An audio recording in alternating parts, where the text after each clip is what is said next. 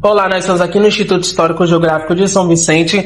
Vamos conversar hoje com o seu Mário, que apresentou o seu livro Desenvolvimento Holístico do Comércio Internacional. Explica um pouco sobre esse lançamento de livro. Esse livro ele é um resultado de estudo de 10 anos, né? Eu fui professor em universidades aqui em Santos. Primeiro, sou formado em economia pela PUC de Campinas. Depois eu fiz a pós-graduação no NPG da USP. Na sequência fiz o MBA dentro da EPGE, a Escola de Pós-Graduação em Economia da GV do Rio de Janeiro. E depois fiz o meu mestrado na FEA USP. E hoje sou doutorando na Universidade Europeia de Lisboa, na área de comércio, de gestão do comércio internacional. E sempre ministrei aula de comércio exterior e afins. E com o tempo eu fui percebendo a falta de literatura nesse sentido. Eu dei aula em várias universidades, aqui na Baixada e fora da Baixada, e também pela Marinha. Fui instrutor da Marinha durante 15 anos, ministrando aulas de capacitação profissional em todos os portos do Brasil, de Manaus a Esteio, lá Rio Grande. E aí eu senti a falta de literatura para o pessoal, os profissionais, de uma literatura específica para o comércio internacional. Então eu comecei a me especializar em comércio internacional, comecei a ler, desenvolver artigos, escrever, até que num momento cheguei numa quantidade de material que eu falei, acho que chegou a hora de editar isso. E aí conversei com o editor e editei então um livro sobre o desenvolvimento holístico. Por que holístico? Porque é um desenvolvimento quase que imperceptível do comércio internacional. Então o comércio ele existe desde a época dos escravos, na Idade Média, onde não existia comércio. Ninguém comprava e vendia sacos de milho, sacos de sela, efetuavam trocas. Aí com o tempo veio a Idade do Bronze, veio a Idade do Ouro e assim o ferro, e aí foram modificando essas mercadorias e iniciou-se o comércio. Depois disso, os feudos tornaram-se repúblicas. E essas repúblicas, com as suas características econômicas, passaram a ditar algumas regras. Isso dentro do mercado europeu. E assim isso foi depois para o mundo inteiro, se sucedendo até a Primeira Guerra Mundial. Na Primeira Guerra Mundial, entre a Primeira e a Segunda Guerra Mundial, nós tivemos a transformação do mercantilismo para o capitalismo, bulionismo e capitalismo. Então aí a OMC, com a criação da Organização Mundial do Comércio, os 164 países signatários da OMC passaram a seguir as regras da OMC. E aí, consequentemente, criou-se a OMS, criou-se a OMA, a Organização Mundial das Aduanas, enfim, uma infinidade de organismos, visando que todos os países eles impõem taxas de compra de sua mercadoria e de venda de sua mercadoria. Tudo isso visando uma linha protecionista. É o que nós estamos vendo hoje no mercado internacional, né? A grande confusão, muito mal interpretada e muito mal anunciada pelas mídias, onde estão idealizando, estão politizando o que seria a realidade. Então nós temos um ou outro presidente, um ou outro elemento, um ou outro organismo que estão sendo discriminados no sentido que eles estão apenas efetuando protecionismo. Então isso precisa ser muito bem claro, muito bem explicado, que não são demônios, são protetores das suas casas e seus ambientes econômicos. A gente tem uma pergunta para falar que a população confunde muito o comércio exterior com comércio internacional. É duas coisas diferentes, porque a população não tem ainda esse estudo praticamente. O senhor poderia explicar porque são dois nomes parecidos, mas têm órgãos diferentes, não é?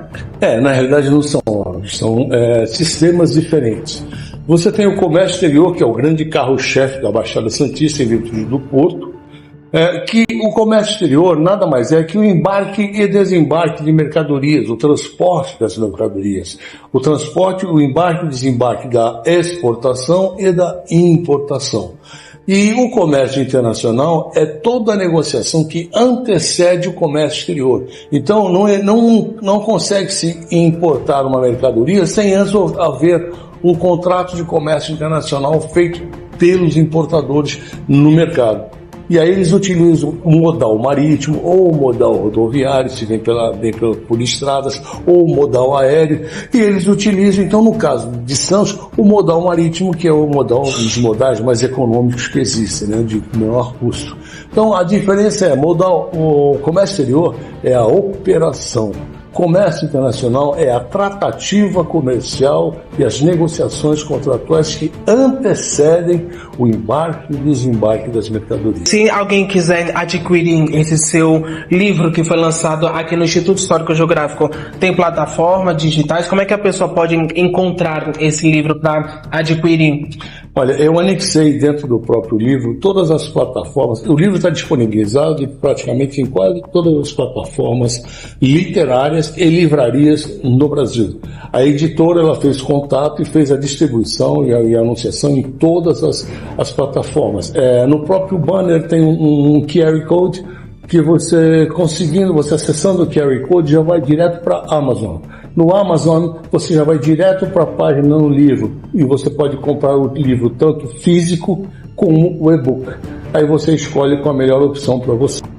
Então, o livro foi disponibilizado nessas duas versões, na forma impressa e na forma de e-book. Sim, eu tento passar numa linguagem bem mais tranquila, não utilizo, eu faço questão de deixar bem claro, por ser economista, por ser graduado e pós-graduado e, enfim, toda a minha vida acadêmica na linha de economia, eu não utilizo o economês.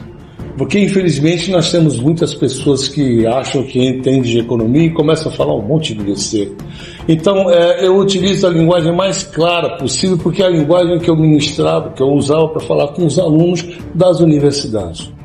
Então, eu uso no livro também toda a linguagem muito acessível, sem economês, nem utilização de nenhum economês durante o livro. Porque a melhor coisa é ser transparente na economia, porque tem muitos economistas que a gente vê que começam a explicar, só que o pessoal de casa não entende, e tem que ser uma pessoa transparente. É importante deixar bem claro uma situação. Eu sou um tecnocrata por si só, por base, né? Então, por formação. Eu não sou partidário, eu não possuo nenhum partido político. Eu sou um tecnocrata. Eu analiso, avalio, parabenizo ou critico em virtude dos resultados. Infelizmente, nós temos uma mídia muito confusa que leva para a população muitas informações controversas e escondendo algumas coisas ou abafando algumas coisas e explicando outras. Então, hoje é muito nítido, você tem nesse confronto que existem de tarifas comerciais, a mídia tenta de alguma forma endemonizar certos líderes, como eu disse para vocês, alguns líderes tentam apenas proteger as suas economias, o chamado sistema protecionista, que o sistema, quando ele é excessivo, ele é criticado pela MC, a própria MC não permite. Mas, dependendo da situação, os países acabam por si só efetuando uma proteção excessiva.